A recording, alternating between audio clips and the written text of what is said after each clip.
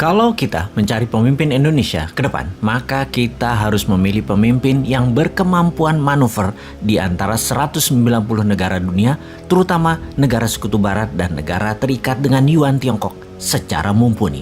Kita semua tahu di dunia ini ada yang dikenal dengan nama G20 atau negara 20 besar ekonomi dunia, di mana Indonesia saat ini nomor 15 itu adalah negara-negara yang ekonominya terkuat. Di sisi lain, selain ekonomi, ada negara yang kekuatan militernya besar. Secara kekuatan geopolitik, ada dua negara besar yang memenuhi kriteria tersebut, yaitu Tiongkok dan Amerika. Kita sebut saja G2.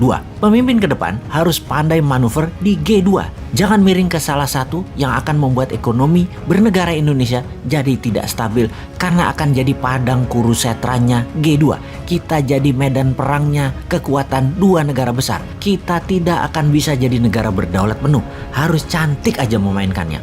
Mudah-mudahan paham itu calon pemimpin yang ada sekarang di etalase calon pemimpin di tahun 2024. Kita ke dalam negeri sekarang. Memang menjadi pemimpin di Indonesia, kita dipilih oleh 180 juta mata pilih nanti di tahun 2024. Mengambil hati 180 juta rakyat yang 65% tamatan SMP ke bawah dan tinggal di desa atau di rural area. Tidak heran para calon akan menari di 2024. Banyak yang menyederhanakan gayanya biar terlihat sejajar dengan pemilihnya tersebut. Menorakkan penampilannya dengan gaya host di TV swasta, saling samber nyablak bicaranya, buat garger kelucuan agar mendapat perhatian dan kesukaan. Tujuannya adalah supaya populer. Apapun cara dipakai, dipamerkan, dan dilakukan. Karena sekali lagi, yang ditarget adalah 65% penduduknya itu adalah tamatan SMP ke bawah. Jadi harus norak, harus kampungan. Populer sekali lagi di kalangan tamatan SMP ke bawah yang menjadi target mereka. Menurut pemikiran mereka, para calon dan para tim sesnya mereka adalah sang calon harus ngebodor,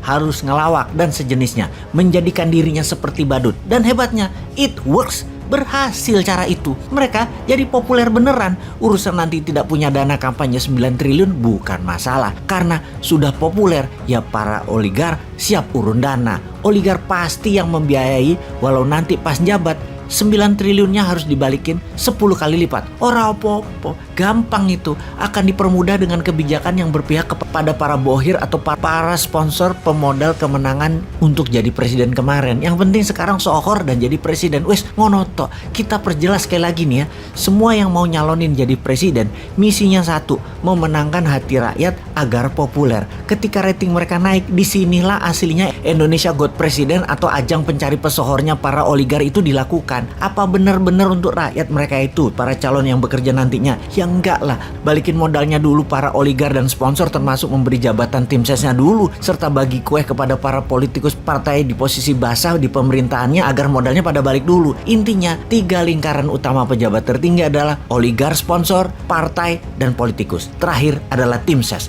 Ini harus dibelah duren dulu. Rakyat kapan? Rakyat pakai buzzer aja nantinya dimbung-bung berita positif pejabat nantinya, itu aja udah seneng rakyatnya. Rakyat itu sungguhnya autopilot. Jadi pejabatnya tuh gampang, mikiri politik aja, mikiri berita positif yang pakai buzzer aja, selesai masalahnya.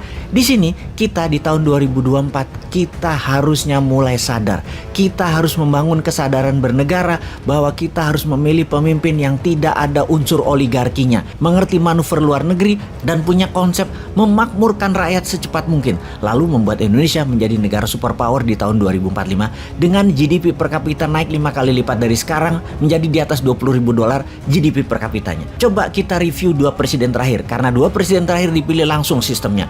Lihat bagaimana kerja sistem perpolitikan 2 bentuk pemerintahan terakhir. Sangat populis kebijakannya, bukan untuk benefit rakyat tetapi hanya membuat etalase biar terlihat bekerja.